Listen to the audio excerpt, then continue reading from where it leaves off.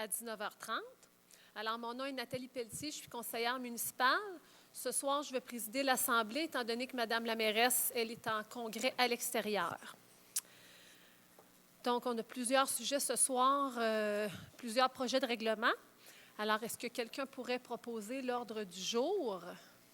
Monsieur Bilodeau?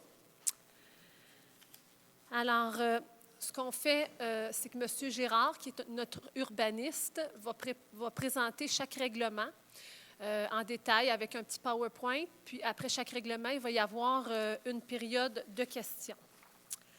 Alors, on passerait au point 2. Ça va?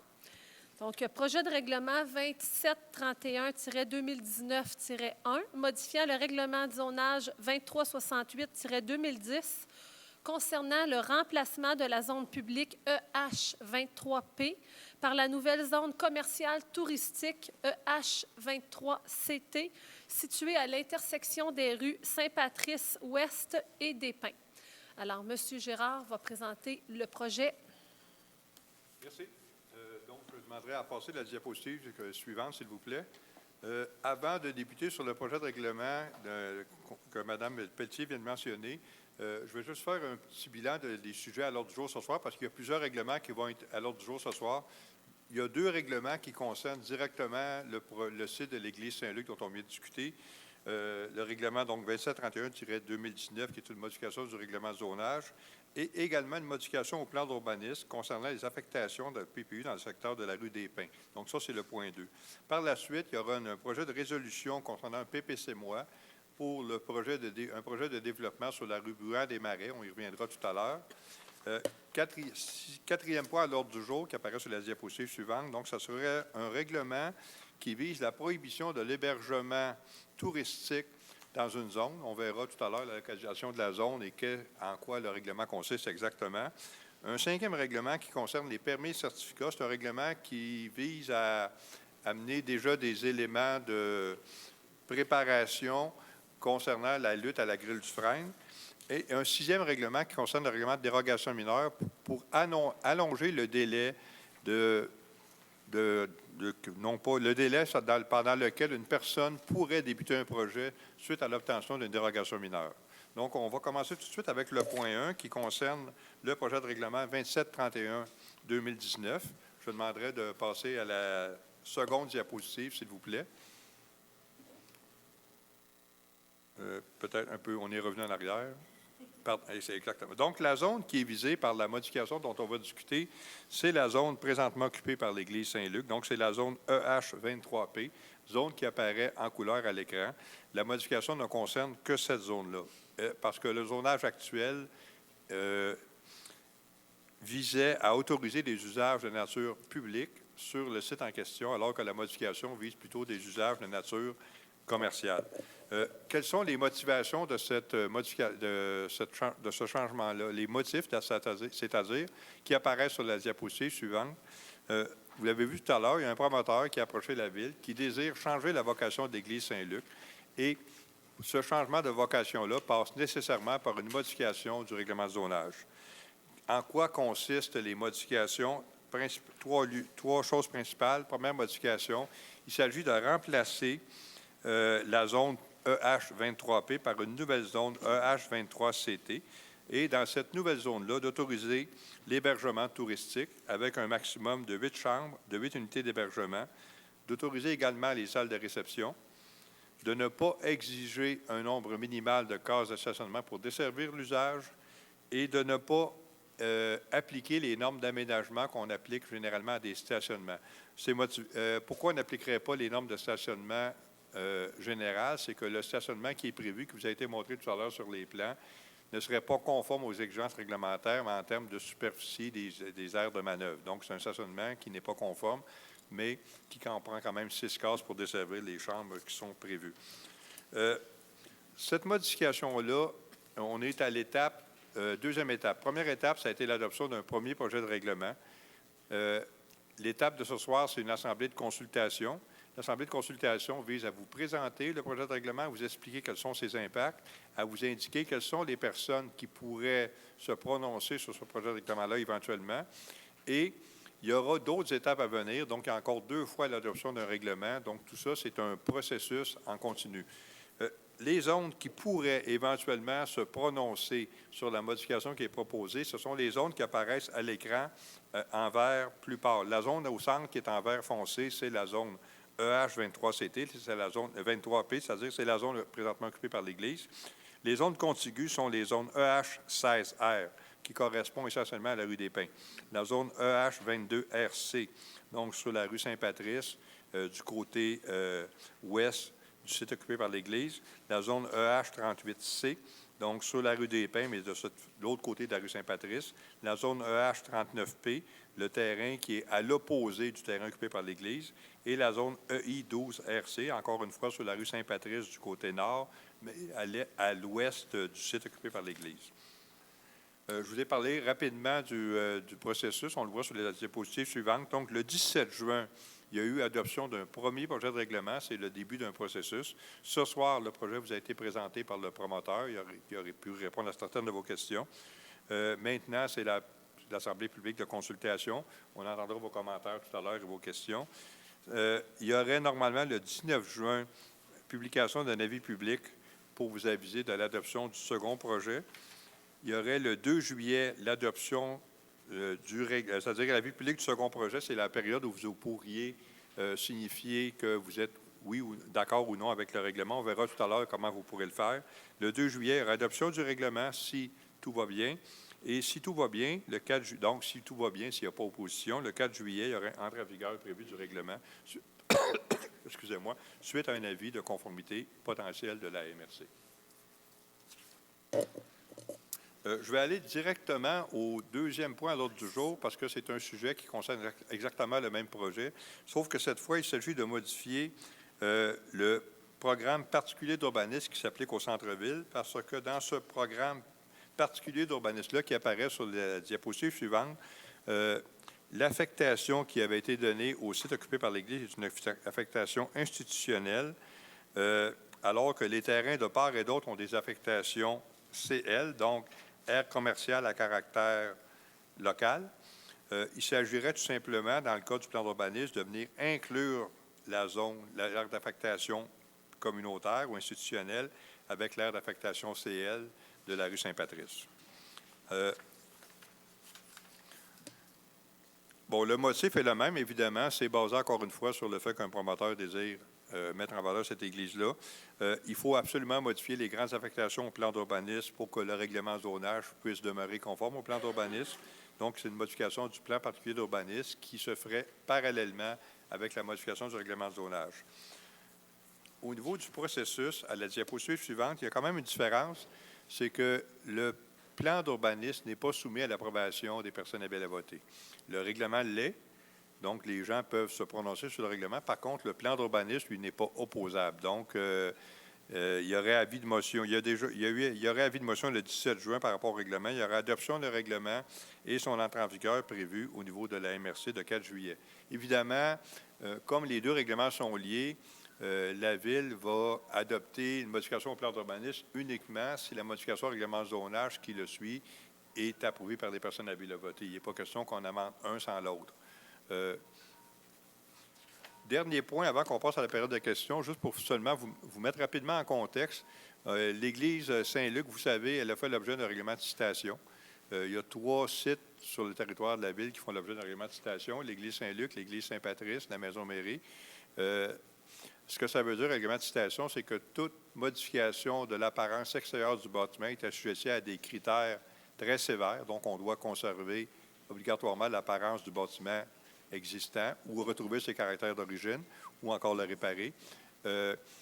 Donc, ça veut dire que le projet qui vous a été soumis ce soir n'a pas été approuvé par le Conseil. Donc, tout ce qui vous a été présenté par le promoteur, c'est son projet à l'étape actuelle. Nous, ce qu'on vous présente ce soir, c'est le règlement. Si jamais il y avait entrée en vigueur du règlement, à ce moment-là, le projet, il y a tout un processus d'approbation du projet qui va devoir suivre son cours. Encore une fois, on reviendra au Conseil et il y aura approbation d'un projet qui pourrait être semblable ou différent du projet qui vous a été présenté ce soir, parce que le projet qui vous a été présenté ce soir n'est pas encore approuvé ou même présenté au Conseil. Alors, merci, M. Gérard. Donc, nous serions rendus à la période de questions concernant le projet portant sur l'église Saint-Luc. Alors, si vous avez des questions, commentaires, vous pouvez venir au micro. Puis, notre greffière va le prendre en note. Les membres du conseil sont là également pour entendre vos questions, commentaires. Oui, vous pouvez venir au micro. Je comprends que certaines personnes ont fait des commentaires plus tôt, là, étant donné que le promoteur avait déjà fait une petite présentation. C'est peut-être bien de les répéter, peut-être brièvement, pour qu'on puisse les noter, puis que ça soit au niveau du procès-verbal et tout ça. Puis je vous inviterai à vous nommer également pour la prise de notes. D'accord. Je m'appelle Robert Théoret. Je suis résident propriétaire de l'immeuble 132 et 134 rue des Pins, à Magog. J'ai participé effectivement à la présentation du projet qui nous a été fait. Je ne veux pas revenir sur cette présentation nécessairement, puisque nous traitons d'un autre dossier par rapport à un règlement, de modification à un règlement. Ma question étant, pourquoi, je veux dire, c'est uniquement, si je comprends bien, uniquement ce quadrilatère de l'Église Saint-Luc qui est en discussion ce soir pour une modification, je veux dire, à ce que ça devienne non plus public, mais une zone, je veux dire, plus commerciale et touristique. Pourquoi ça touche seulement celui-là plutôt qu'une zone un peu plus grande? Je ne saisis pas trop bien. Est-ce que c'est uniquement un lien par rapport au projet qu'il vient de présenter? Oui, c'est ça. Parce que, je peux peut-être répondre, puis si vous pouvez me compléter, M. Girard. Dans le fond, c'est parce qu'il y a eu un projet, il y a un promoteur qui souhaite donner une nouvelle vocation à l'Église Saint-Luc. Donc, il y a un projet en lien avec l'Église Saint-Luc. Actuellement, c'est zoné public.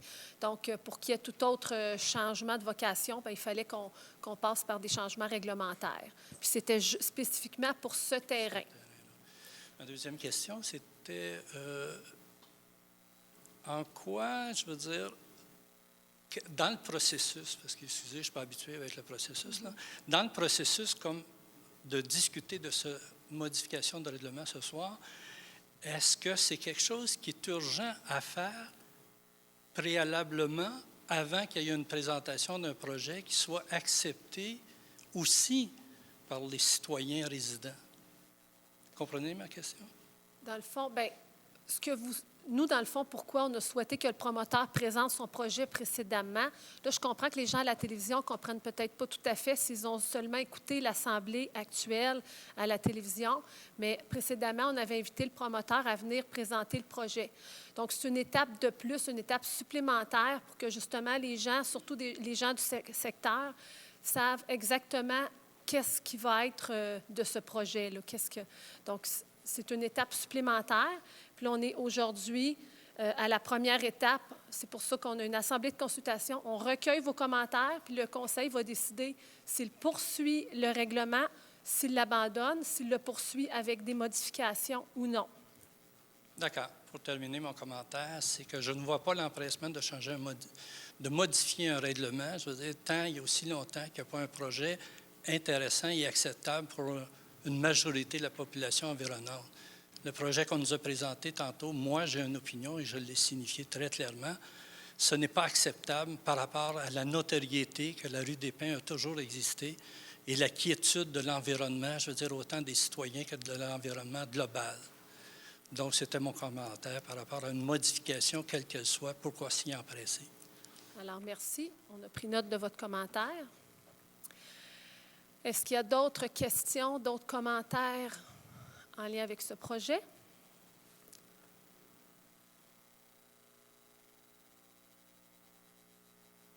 Bonsoir, Pierre Robinette. J'habite au 206 rue des Pins, qui est juste un petit peu plus haut que du projet qui nous a été présenté un peu plus tôt. Je comprends qu'au niveau des projets de règlement qui sont déposés, c'est directement avec la présentation qu'on a eue. Notre préoccupation, je crois, pour les gens qui étaient présents, c'est l'implantation de ce projet-là. Je comprends que le zonage a besoin d'être modifié, mais en même temps, il y a énormément d'impact sur l'implantation du projet, compte tenu de ce que ça va avoir comme dans le tissu social qui est alentour de ce projet-là. C'est une zone qui est beaucoup résidentielle, c'est tranquille comme environnement. Et les changements de zonage qui vont arriver, s'ils sont proposés, comme mon prédécesseur disait, qui était vraiment localisé seulement qu'à cet endroit-là. Mais ça va avoir un impact sur tout le monde qui vit alentour de ce projet-là. Le projet en tant que tel me semble être génial. C'est l'endroit qui est préoccupant pour tout le monde. Je comprends qu'il y a dans la présentation qu'on a eue, il y a eu des projets d'atténuement pour le stationnement, il y a des projets pour le bruit, il y a tout ça. Mais quand on regarde ce qui est présenté au niveau du projet de règlement, on parle d'un hébergement de 8 chambres et moins. On est dans une auberge. Donc, une auberge avec une salle de réception. On sent bien dans un environnement qui ressemble beaucoup à de l'hôtellerie. Dans un quartier résidentiel, les gens qui ont fait l'achat pour s'installer sur des pins, à court ou à long terme, ceux qui sont là depuis très longtemps, c'est un achat de milieu de vie qui a été fait. Et là, du jour au lendemain, on va avoir un projet qui est là.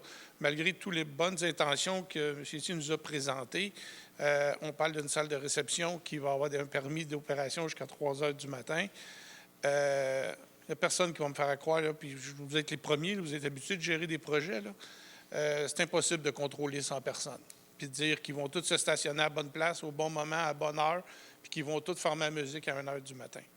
Fait que le projet va avoir un impact direct sur la qualité de vie des gens qui sont alentours.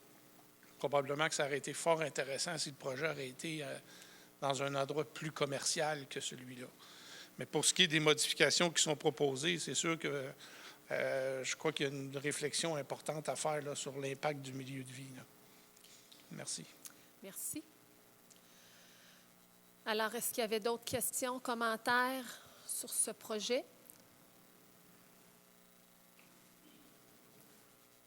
Émile Blanchard, je suis. Je demeure sur la rue des Pins. J'aimerais savoir, présentement, sans modifier le zonage, c'est quoi, en gros, qu'on pourrait faire à l'église Saint-Luc et à la salle communautaire?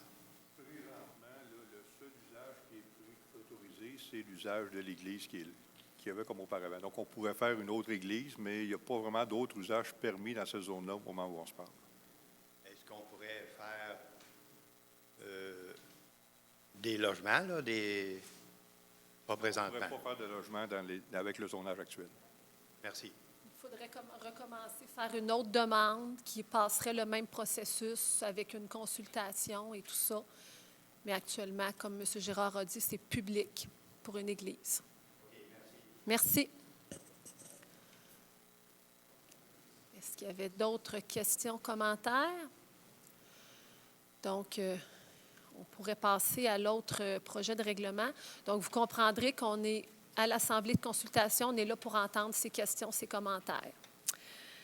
Alors, le prochain règlement, qui est le projet de résolution PPCMOI 21-2019-1, autorisant le projet d'ensemble résidentiel de 3 immeubles multifamiliaux sur les lots 3 140 709 et 3 144 138 rue Bruand-des-Marais, en dérogation au règlement de zonage 2368-2010.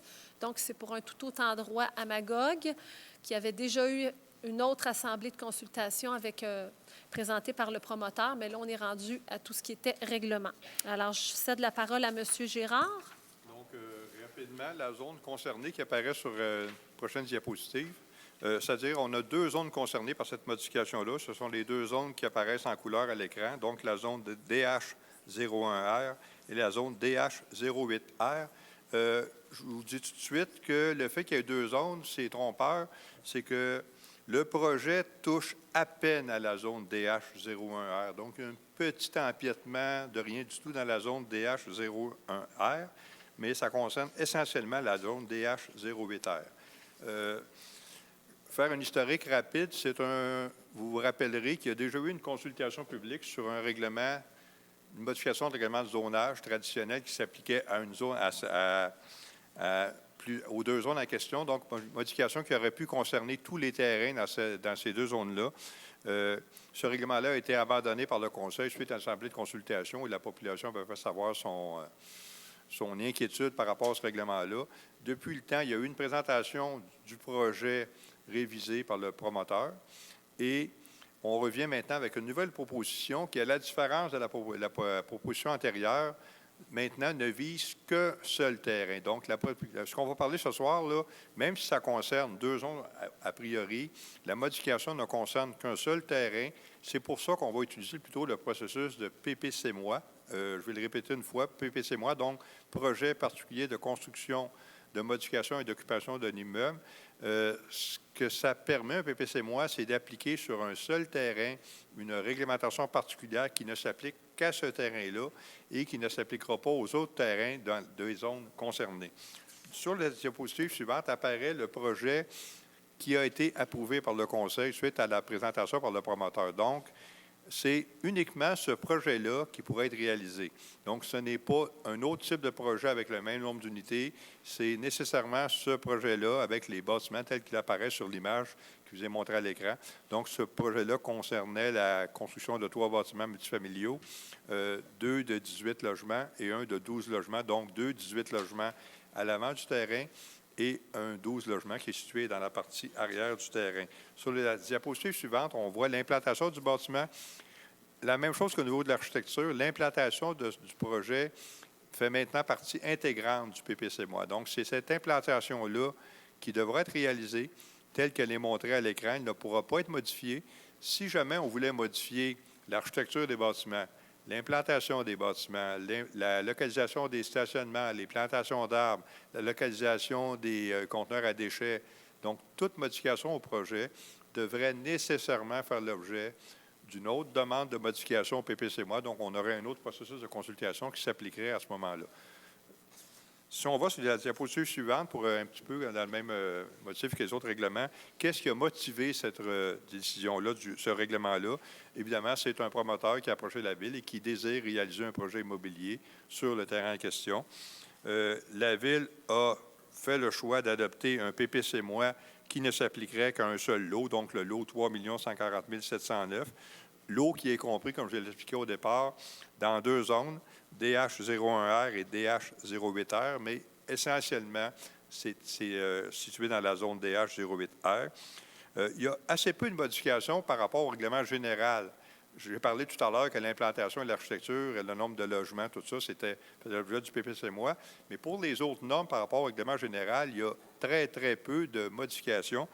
Il y a une réduction minime du nombre de cases de stationnement. Si on appliquait les normes générales du règlement, il faudrait 109 cases de stationnement. Le projet en compte 107, donc on est très, très près. Et évidemment, c'est de permettre le projet d'ensemble résidentiel, donc 2 bâtiments de 18 logements et un bâtiment de 12 logements, comme je l'expliquais au départ. Quelles sont les zones concernées et contiguës? Bon, les zones concernées, ce sont 2 zones. Ce sont les zones DH01R et la zone DH08R, zone que je vous ai montrée tout à l'heure. Les zones contiguës à ces zones-là, donc les zones où les gens pourraient avoir le droit de se prononcer dans le cadre d'un processus d'approbation sur ce règlement-là, ce sont les zones CH05C, donc toutes les zones qui apparaissent en pâle à l'écran, DH06R, DH07R, DH12R, DH10R, DH05R et DH04R. Le processus prévu pour ces règlements, donc, il y aura adoption du second projet lors de l'Assemblée du 17 juin. Il y aurait publication d'un avis pour la possibilité pour les personnes à ville à voter de déposer une requête sur le second projet de règlement le 19 juin.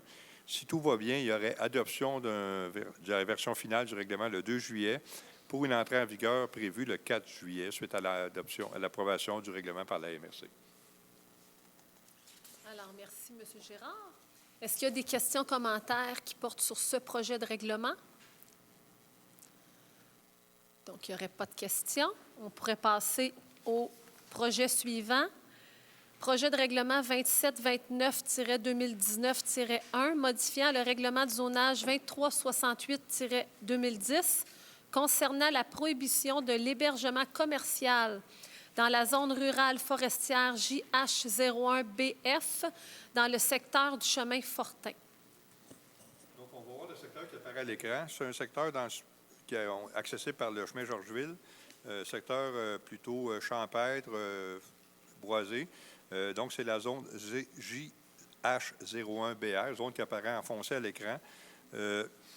Pour faire un historique, à 2002, je crois, il y a un projet qui avait été présenté par un promoteur à l'époque. C'est un projet qui consistait à aménager une auberge et associer à cette auberge-là des petits chalets qui auraient été offerts en location court terme. Donc, c'est pour ça que dans la zone en question, présentement, la location court terme est autorisée avec certaines restrictions. Il y a obligation qu'il y ait des services de repas qui soient offerts en même temps, de même que des services de soins de santé. Le projet qui avait été présenté à l'époque n'a jamais été réalisé. Donc, les gens qui se sont installés là se sont plutôt installés là avec des résidences permanentes et vivent là à l'année. Donc, ce n'est plus un projet d'hébergement touristique, c'est devenu un projet résidentiel dans un secteur relativement paisible avec 2 petits lacs artificiels qui ont été creusés il y a plusieurs années. Donc, la motif, dans le fond, c'est que l'Association des propriétaires du secteur a déposé à la Ville une demande de modification de zonage et on a également reçu plusieurs plaintes de nuisances créées à la quiétude des lieux par le fait qu'il y a des présences de villégiateurs sur le site, des parties qui finissent tard le soir, etc. Donc, suite à ça, le Conseil a comme objectif de prohiber toute forme d'hébergement commercial, ce qu'on nous on appelle au niveau réglementaire C3.2, dans la zone rurale forestière JS 01BF, zone comprise dans le secteur du chemin Fortin. Le but, évidemment, c'est de préserver la quiétude des lieux pour les gens qui y habitent. Sur les diapositives suivantes, on peut voir les zones qui pourront se prononcer éventuellement sur le processus de modification. Donc, il s'agit des zones, évidemment, incluant la zone concernée JS 01BF, des zones IH01BF, JG01B, JG02B, LG01B, KH01L, LI02A et LI01AF2. Le processus qui est prévu pour ces règlements-là, donc adoption du second projet le 17 juin, comme dans les autres règlements. 19 juin, publication d'un avis pour le processus de requête.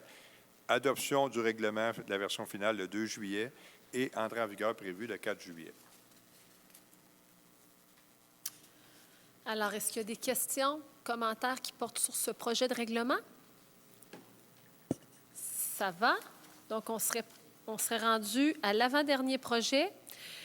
Projet de règlement 2728-2019-1, modifiant le règlement sur les permis et certificats 2327-2009 concernant les documents requis pour l'abattage d'un frêne et la caducité d'un certificat d'autorisation. Quels sont les motifs de ce règlement-là qui apparaît sur la diapositive suivante? Ce sont, je dois dire au départ que jusqu'au moment où on se parle, on n'a pas décelé. On a des pièges disposés un peu partout sur le territoire. On n'a pas encore décelé la présence de la grille du frêne sur le territoire. Par contre, tout nous indique qu'éventuellement, la grille du frêne sera sur le territoire s'il n'y est pas déjà. On prend quand même de l'avance au niveau réglementaire pour se préparer à cette présence-là. Et le but du règlement, dans le fond, c'est de mettre les règles en place pour l'abattage des frênes une fois qu'on aura connaissance qu'il y a une contamination, que la grille du frêne est présente.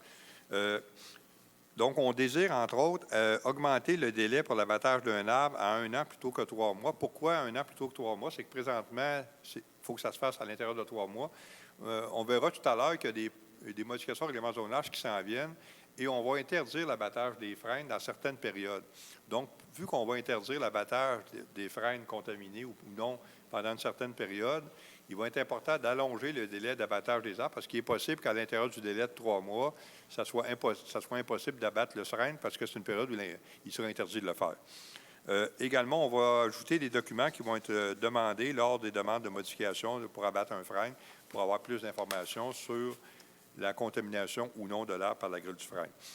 C'est un règlement qui n'est pas soumis à l'approbation référendaire, donc c'est pour ça que le processus est beaucoup plus simple. Donc, il y aurait adoption du règlement le 2 juillet pour une entrée en vigueur le 4 juillet. C'est un règlement sur lequel on ne peut pas s'opposer. Je vais prendre un petit peu d'avance. Normalement, on ne fait pas ça, mais sur la diapositive suivante, on va vous expliquer les modifications du règlement de zonage qui sont à venir parce qu'elles sont en lien direct avec ce dont je viens vous parler au niveau des règles sur l'abattage des arbres.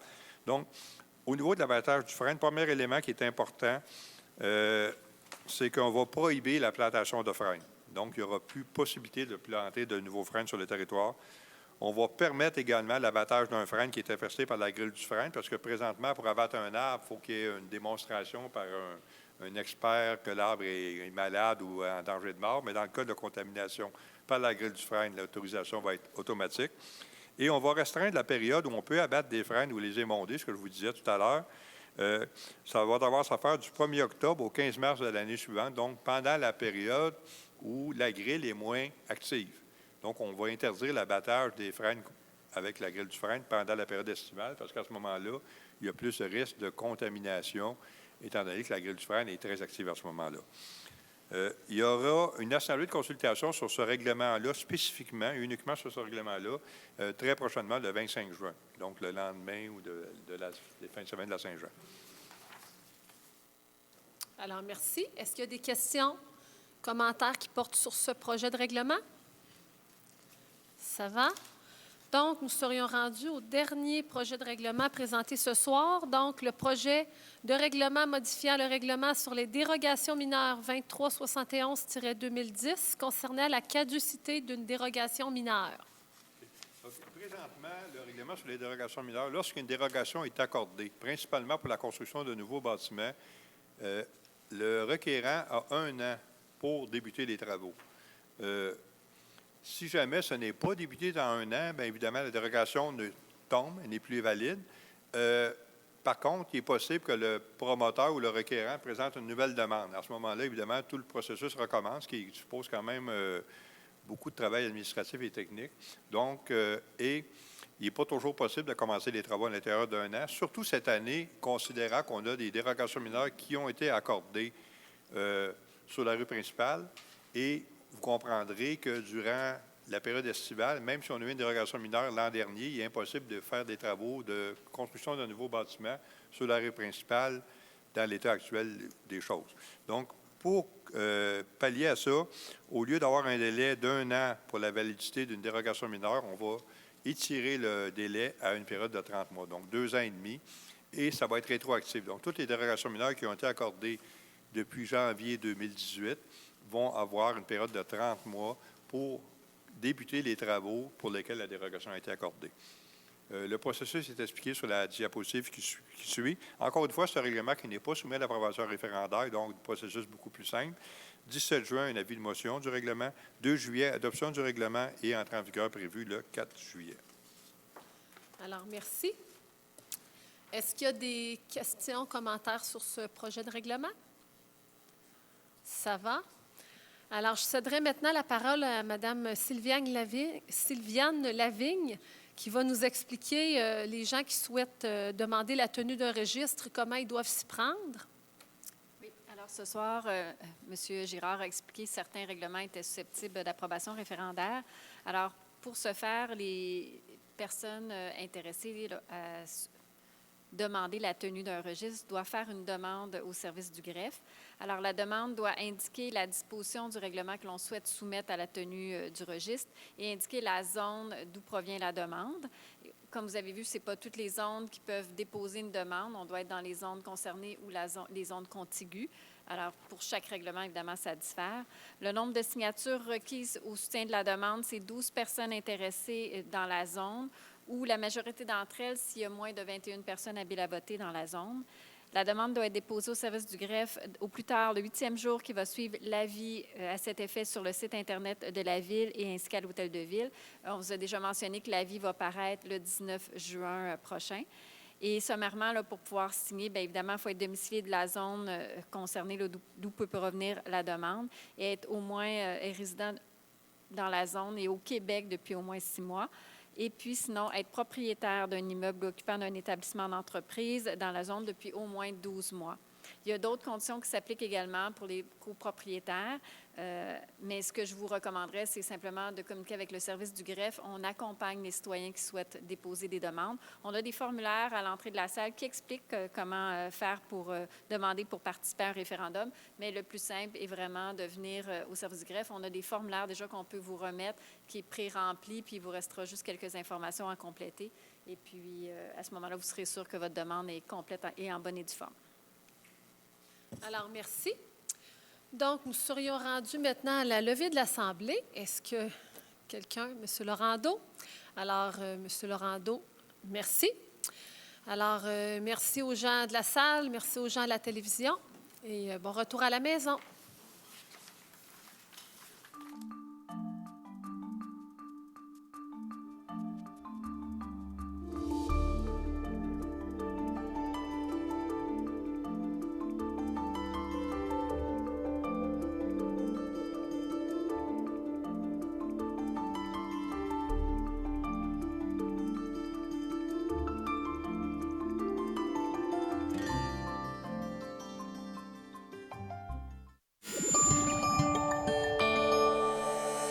Nous TV, fiers de faire rayonner notre communauté.